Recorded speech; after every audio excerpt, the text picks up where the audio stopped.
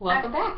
All right, in the last video we talked about getting organized. I feel organized. All right, so in this video let's talk about researching the market. And then we're going to take a quick kind of diversion after this for another video where we talk about things not to do in the list. Yes. So let's first talk about researching our market. Where do we find jobs?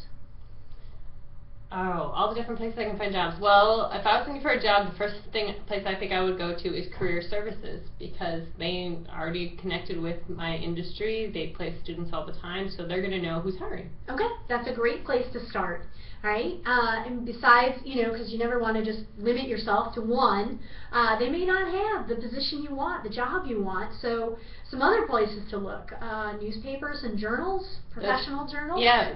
Through those professional organizations that you joined after you watched our networking video? Absolutely, absolutely. Telephone and online directories. Find the company. Start seeing who's in charge of the department that you want to work for. Your local gym. Who runs the personal trainers at the local gym? Go and talk to them. Yeah, and this might sound silly, but your Chamber of Commerce within your city, that is a governing body devoted to commerce, the workforce. They might have some idea what's going on, what industries are growing. Research your jobs too. Get an idea of what the salary is for each job. Is this an industry that's growing? Is this an industry that's not? Excellent. How do I want to go? What's the most profitable way I can work my degree? Be creative. Right? So, maybe you don't think that you could work for your state, but yet there's all kinds of jobs with the state. So check out the state workforce, check out government agencies. Sometimes your particular degree and your skills match very well with a state job. Check out local universities have job fairs, internship fairs. Just because you're not going to that university doesn't mean you can't take advantage of those fairs. Because if it's a public university, they are open to the public. Right. Here in Arizona, I'm thinking about Arizona State University. They'll have specialized job fairs that are open to anyone. And they like them to be open to anyone because more employers come if they think there's more potential employees. Yep, excellent point. All right, so obviously the internet is another place to search for jobs. And most convenient, because you can search for jobs in your pajamas. Yes. So there's all kinds of sites, though, on the internet. So how do we know what's a good site and what's... Well, there's basically 3 different sites. There's the super site, the hub site, and the niche site. Okay. So what does that mean? This just sounds weird. So what's a super site?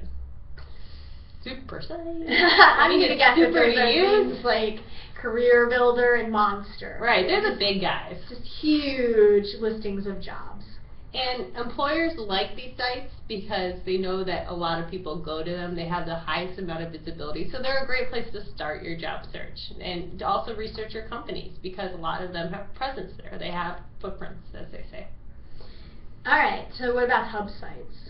Hub sites can still be well known, but they tend to be more for specific groups, more specialized. The one that comes to mind is let's say you're an executive looking for a position, you'd go to something called The Ladder, which only handles executive positions. Okay, the highered.com would be another one like that, right? It's just only deals with educators. Only with educators. All right, and so finally then you talked about niche sites. So what would you say a niche site is? These are smaller, really small sites, and they're only within one particular kind of profession or one particular industry. Landit.org is an example of one of those. If you go on to your different professional organizations, sometimes they have a job search site within that site, so that would be an example of that. They're a lot harder to find. A lot of companies don't use them because they don't attract as much, but it's still, if there's one within your profession, you definitely want to check it out. Okay. All right, so I think one of the things that we definitely want to touch on with the internet sites, and they're convenient.